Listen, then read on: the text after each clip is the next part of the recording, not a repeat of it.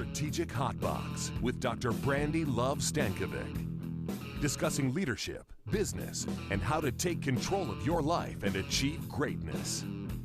From the streets of Las Vegas, energized, informed, and never diluted. It's time to kick some ass. It is time. It is time for us to kick some ass together. And it's 2020. Yes. Here we are. Thank you for joining us on the Strategic Hotbox. Welcome back for those of you that have joined us before. Today's going to be a great episode. We're talking about social justice and marijuana, with a good friend, Beth Carr. She's going to talk to us about what does social justice mean in regards to serving our membership and with marijuana-related businesses. Let's get started. As you know, on the Hotbox, we learn, we love, and we kick ass. For those that have been around the block with us, this is becoming old news for you, but still as important and relevant as it was the very first episode. We learn a little. We learn from subject matter experts like Beth that's joining us today. We love, and it's about creating relationships and figuring out ways to choose love in our industries, in our backyards, in our extracurricular, in our homes, etc. And then, of course, at the end of every podcast, we will give you some kick-ass tools to implement and start executing today.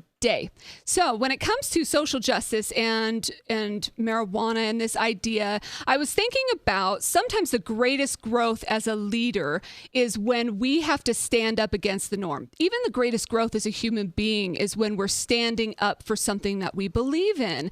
And sometimes that's hard to do. There's all sorts of concepts and philosophies of groupthink and people working together and people being afraid or being passive aggressive or not being there and standing up. And now that is all balanced with the idea that I personally am a huge proponent of choosing your battles, right? So I always urge other individuals that I'm working with and around that you don't need to stand up and cry wolf and get crazy over everything, right? Make sure that when you are standing up for something that your message is heard, and standing up for too many things can dilute that message or impact that message in the future. But when it comes to injustice or social justice, it's about really standing up for what's right, what you believe to be right, what's aligned with your values. Now, if we take it to marijuana, the industry, as we know, is booming. And in so many geographic regions, it's becoming a way of life. As a matter of fact, in Nevada, there's a lot of challenges in regards to pre-employment screening and the legality of not hiring someone or firing someone based on them failing their drug tests due to marijuana. And so all of these things are happening in different industries. However, banking is behind. This marijuana-related business and industry is a train racing downhill. It's building momentum. And when it comes to banking, there's still so many things that are left unfigured out. Some people that are not serving or choosing not to serve big organizations. I'm not even talking about small institutions. I'm talking about the big players are still not dabbling or even approaching this industry. And there are opportunities to serve individuals and safety and all those things that are involved in that. And we've talked about that on the Hotbox before. My friend Beth Carr is going to join us here in just a second, is one who has stood up for what she believes in and said, hey, serving the people in my community as a financial institution is the right thing to do. And then that marijuana-related businesses are a way of life or part of the reality in Santa Cruz, and that is the membership of which she serves, and she'll tell us more about that. But the social justice then becomes being brave enough to stand up against the status quo and all the different repercussions that could come from that. And I think a leader's ability to stand up has to really come from a social mission or a place of mission statement or value alignment. And what defines us and our priorities as leaders, what we decide is what we value most, all of these things play into it. And then making the decision about how we personally can make a difference. Maybe it's the impact of the people that we serve. Maybe it's the impact of our community or our families. And then ultimately keeping our eyes on the end result, because again, you don't want to stand up and make a bunch of noise and it not for the purpose at which you intended. So it's time to bring in our guest, Beth Carr. She's a friend and a CEO, someone who has integrated her organization's mission statement of social justice into her own way of life. It's personal to her, and she's been using this mantra, in a sense, to activate leadership in all aspects. Beth is, as I mentioned, a CEO of Santa Cruz Community Credit Union. She's been in the industry for 30 years. I had the good fortune of working for her years ago in Ventura. She has a passion, determination, understanding to really balance this mission with profitability and margin. And she believes in credit union leadership, and that as credit unions, as leaders, we can turn around a community. But with that comes a responsibility to serve without prejudice. And so I'd like to introduce you formally to Beth Carr. Hello, Beth. Hi. How are you? Doing great. How is it there in Santa Cruz today? Beautiful weather. So say, do you Just even gorgeous. celebrate winter in Santa Cruz? We do have winter. It's like you add a scarf to the t-shirt kind of weather. I would say today's sort of t-shirt kind of weather, but I would also say that it's been very cold and rainy. Even had some snowflakes around. So snowflakes. I'm not even sure I know what that looks like. Just kidding. I work out of Michigan sometimes, so Yeah. Unfortunately I've been familiar. So tell us about you. Where did you get to where you are? Tell us about you and your mission. Well, first of all, my superpower is stubbornness. And so I would say that between stubbornness and determination, that is probably what's gotten me to this point. I'm not by nature a charismatic leader, but I am very determined when I see something that needs to be done. And there's nothing that makes me more crazy is when someone says, well, that's the way we've always done it, or I'm sorry, that's impossible, that can't be done. So I think that's what has always in my life kind of fired up hey, wait a minute. If you say that to me, the first thing I'm going to say is, okay, just watch me. Right. So I think I've been at this credit union now 9 years. And when I arrived, this was a very cannabis friendly credit union already. It's the way of life in this culture. And if I had closed those accounts, if I just said, oh, no, it's too dangerous, we're not going to do this at that point, I'm not sure the credit union would be in business today, because the community is very progressive thinking and very diverse and very accepting of diversity. And so it's very important to have that approach. And they really do love their cannabis businesses. So I think we've been serving since 1996 cannabis businesses. In fact, we opened the first business in February of 1996, which, as you know, is when marijuana became medically legal in California. Wow, I was going to say 1996 seems like a long time ago for me, just because things are still happening today in 2020. But California has been ahead of the game in that area, yes?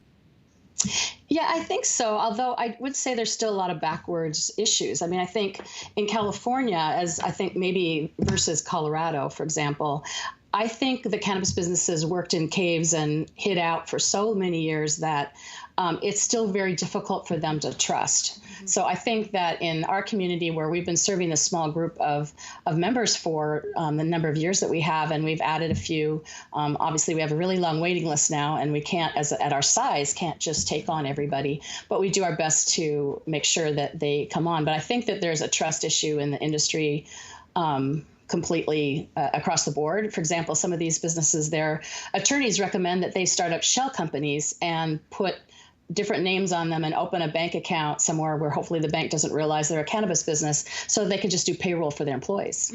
Right. And that's one thing that just blows my mind in that, because when people say we don't have access to financial institutions, people don't even understand what that means anymore, because we're so integrated and it's saturated as people and consumers these days. That's absolutely right. I think when you talk about underserved, you may think, oh, no. Unserved people are not cannabis businesses. They have all this cash. Well, I think you'd be surprised how many of them don't have the cash. And on top of that, they are really being, they were forcing them, just like in unserved immigrant communities, forcing them to go to hard money lenders to get, because nobody lends to them. Their employees can't buy a home. Although there are a few credit unions out there that are doing home loans to employees who are in cannabis businesses.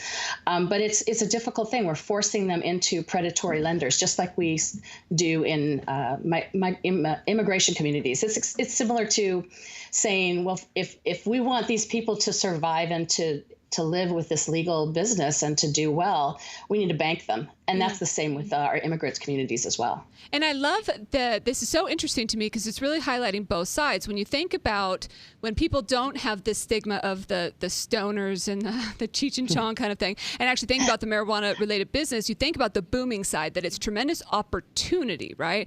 That I don't think it's highlighted enough the injustice that's occurring in the fact that we're forcing people into situations that just aren't the way. Yeah, I think that's very true. I think in our case, what we're finding now is that there is a home for both those diverse many of those undeserved, unserved businesses and communities. For example, the cannabis business brings a ton of cash into our community, right, and into our credit union. We offset that by lending that out as a CDFI and low-income designated credit union to people who need the funds. So they're benefiting from us, we're benefiting from them, and our low-income communities are really benefiting from their existence as well. It's turning out to be a wonderful balance of serving unserved people. But in this community, with them not being served by any other financial institution, we're the only ones doing it. And I don't think that's going to be that way forever. But it certainly is right now. And you have a waiting list, you said. So this is essentially people that want to become part of the credit union but can't because of like a risk management situation? Ours is more based on, we have over 100 businesses that are on a waiting list to open accounts. The process for due diligence and risk management of getting one of these businesses on board takes 2 to 3 months. It's worse than doing a business loan, actually. Wow. There's site visits, there's looking at all of their licensing and all of their partners, who's on their board, the business of their transactions. All of those things have to come together, and it takes quite a while to get all of that done. So much of this work is manual. So once that is completed and you bring someone on board, our issue is that at $125 million in assets, we could not serve probably more than about 40 businesses. And right now we have about 25. And unfortunately, if they, we love them, they're our members, but if you don't toe the line from compliance perspective, we have to say goodbye, because that just puts the whole CDFI and low income focus of the credit union at risk. And so undue pressure from the examiners and things as well. Oh, yeah. I think it's interesting, too, because our examiners for years looked at our cannabis accounts, both state and federal, and looked at those accounts every time they came in to do an exam. But it wasn't until California made marijuana recreationally legal that it became a big issue. And so there have been constant questions about, what we're doing, how we're doing it. Do you have enough staff? Are you handling everything? The latest thing with NCUA has been they want everyone to ensure to validate their Verifin system or whatever money laundering BSA system they're using to ensure that it's getting the right information. So it's an interesting process, because all of a sudden it was like our examiners had never known or seen our cannabis accounts before. The interesting thing for me in this also is it's almost in a purest sense straight discrimination, because if I went to the state or to the city and got a business license and was like, I'm going to make pastries and I'm going to sell them, or I'm going to make decorations and sell them, I'd come there, ask for a small business loan or something, and that process you wouldn't have to do a site visit, you wouldn't have to do some of these pieces if the proper licensing and things were in place. And yet with this other industry, it's this whole other hoops to jump through. Oh, yeah. And what's interesting about it is the state does the same work, but we're still required to do it over again. Yeah. So the state checks the licenses, the state does the visits and does all of these things to the point where you're almost checking, if they're growers, you're checking the tags on their marijuana plants. I mean, we've had staff come back from site visits and we're like, what have you been doing? It really do smell like marijuana. But I mean, part of that is the state's doing this, but we have to do it as well because that's what's required to ensure that we know everything we know about that business. I bet it's just because the state has so many volunteers to help in the audit process for the site visits. So you've shared that with me, that leadership really is a commitment to a mission or this economic justice, and it's synonymous with providing all people access. And what is that? How did that play into this? Were you worried about being a rebel coming into this credit union or being kind of termed as a rebel? I wasn't. I didn't really think that I was being a rebel by serving the people that were in the community. It didn't occur to me till it became a lot more known out there that we were doing this. To me, it was just serving your local folks. I really do believe that this mission, the social and the economic justice, is about standing in the gap for others who either don't have a voice or can't have a voice or don't know they have a voice. And it's across all people groups, and it is very discriminatory. And we know we live in a discriminatory society as much as we want to think that we don't. It's everywhere, and injustice is everywhere. And I think living in this small town, and Santa Cruz is really a small town, and coming from a mainstream community like I came from, I was surprised at how much injustice there really is, because it was so transparent. It was so right on your doorstep. Mm-hmm. And the I would imagine from an industry perspective as well, so not even just the community, but from an industry perspective, like you were talking about the examiners and all those pieces, it's now becoming a topic of conversation because it's spreading across the country as far as the recreational piece of it. But it comes with a stigma. It does.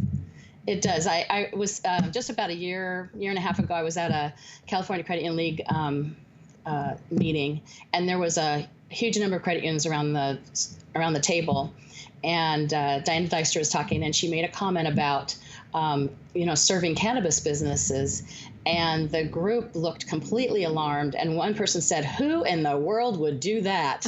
That's just nuts." And I'm like shrinking in my seat, right? And Diana looked at me and started laughing, and it's like, well, we're doing it because we're not like serving everybody in the state.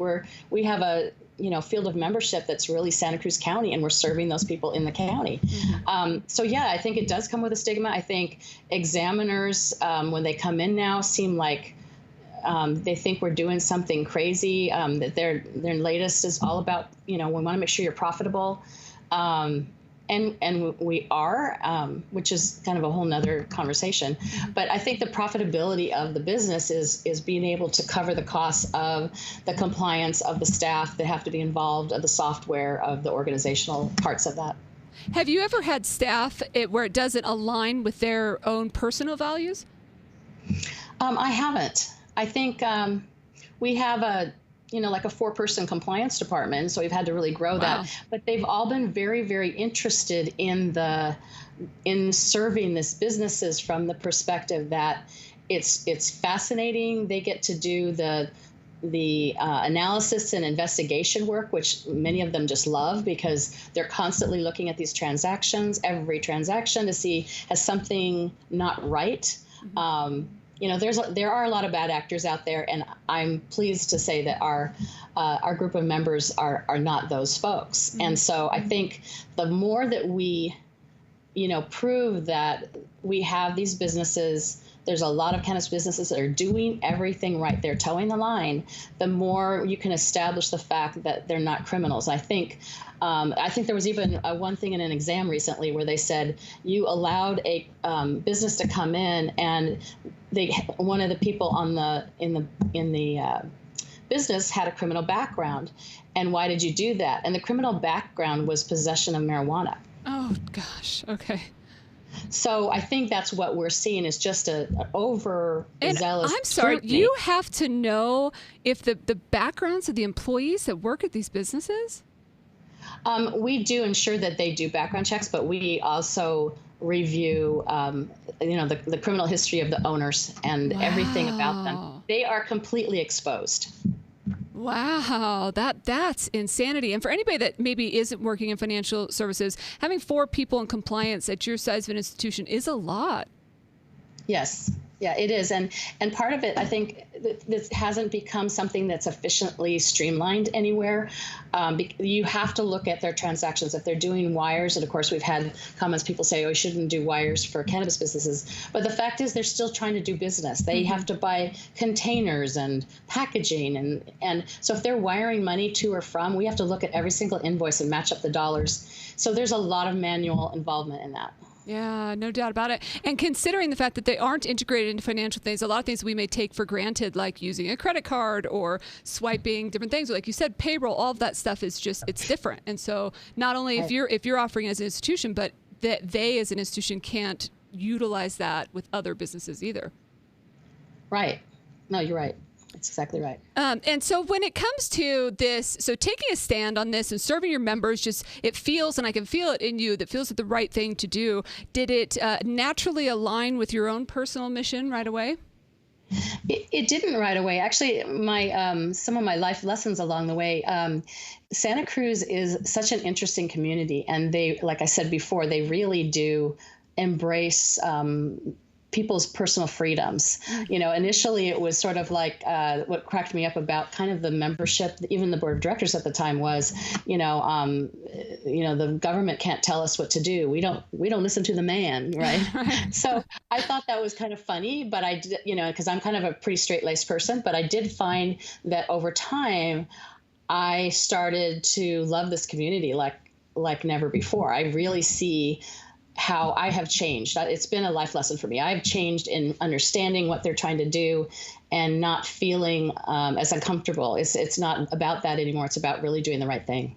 It does create a culture, though, too. People will ask why I love Las Vegas, and we definitely love the embracing individuality here as well. But it is a culture, and it actually brings up a stronger culture of inclusion. And people will say, well, why do you love Vegas? And say, because anything goes. And I don't mean that in the bachelor party sense, although that occurs too. I mean it in the sense that there isn't as much of a built-in class structure or you did this or you live there and that kind of thing, that people are cool with people just being whoever they are or acting in crazy ways.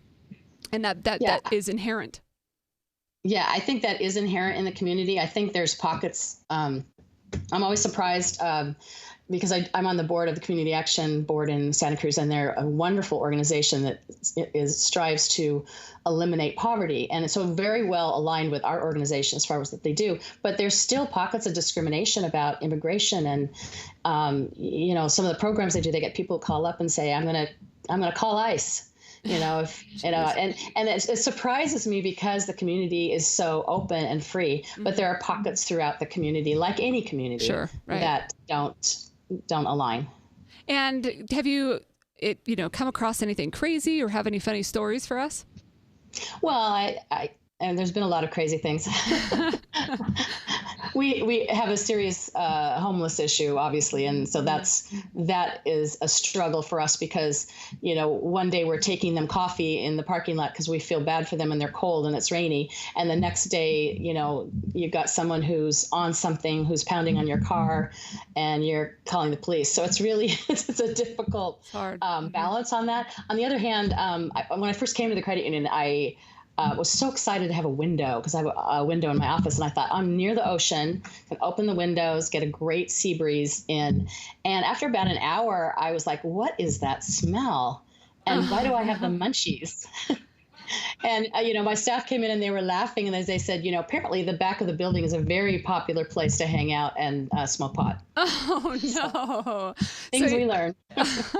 Well, have you been able to push along the park bench a little so you could open your window, or do you just embrace it? Well, actually, it wasn't even us. I think the city came in one day and decided that they would pave behind our building with rocks so that no one could sit there. I'm a little concerned that someone might hurt themselves on those rocks, but that did eliminate a lot of the people that were hanging out. People just thought it was your new incense, bring into the organization. Exactly. So if someone is wanting to fight for their beliefs or believe in some social mission things that could happen, what's something that they could do? Where could they start? Well, I think you have to align, you have to go to other people and hear what their visions are. If we aren't open to hearing what other people's visions and missions are, then ours is, becomes stale, I think, to some extent. But I do think that when you find other people who maybe their vision isn't the same, but their vision aligns or is symbiotic with yours, I think 2 or 3 people going up the river together is a lot stronger and faster than just one person going up the river alone. So I think you find other people that you can learn from, that can be partners with you, that can walk alongside from you, that you can learn from and they can learn from you. I think having that kind of focus is important. And of course, again, stubbornness and determination doesn't hurt at all. No doubt about it. So we're going to do some quick response questions. Does that sound good? So I'm going to give you a question and then just top of mind as quickly as you can respond. And the first one, I thought I would go with some either ors. Are you up for that? So sunshine or thunderstorms? Oh, thunderstorms. And hard rock or soft rock? Soft rock. And learn, love, or kick ass? Oh, kick ass. All right. And then if you fill in the blank here, if I could, I would blank every day. Rescue an animal from a shelter. Oh, you would. I see that in you. And the last one, the world would be a better place if there were no bad actors. I love that. What a great way to end. So if people wanted to get a hold of you, could they do that? How so? I think my direct phone line is probably the best way. I'm a little broken when it comes to the thousands of emails I receive, but if they called me at 831-460-2344, I would respond. Awesome. Thank you so much for opening yourself up. Can you leave us with a bold action item? I think you should embrace disruption. Taking this job was the biggest disruption of my life, and it's good. It cleans out the cobwebs in your brain, and disruption creates creativity as well as new things. So embrace disruption. I love it. Thank you so much, Beth, for being here. I appreciate you sharing your story with us, and I'll talk to you soon. Thank you, Brandi. Bye. Let's head out to our shout out. Hey, it's Lynette. You're listening to Brandi on the Strategic Hot Box, and we're having a great time. Much to Lynette for that shout out. We were having a good time, and that video proves it. So thank you so much for the shout out. And today's conversation with Beth was absolutely outstanding. I loved it, hearing about how she has aligned her mission and how she really is focused on the service of those in need in her community. So with today's kick ass, the way I'm going to frame it for us is kind of answering the question, if you're standing up for social justice, here are 3 things that you can do. So if you're standing up for yourself or for something that you believe in, here are 3 things that you can do. The first is to go with your gut. If something doesn't feel right, there's a good chance it's not. And if something is something that you really believe in and you don't think that what's happening is right or there is an injustice in place, go with your gut. Number 2 is understand the root issue, understand the root cause, the root membership, the core of what it is that you're serving, eyes on the prize. And to what I mentioned earlier about not crying wolf, not standing up and diluting your own message by crying for everything, but to understand the root and focus on the root of that. And finally, be aware and be brave. One thing that I wrote down that Beth shared with us is for people that don't have a voice, for people that can't have a voice, for people that don't know they have a voice, be brave for those individuals. Be aware of everything that's happening and be brave. There's your kick ass.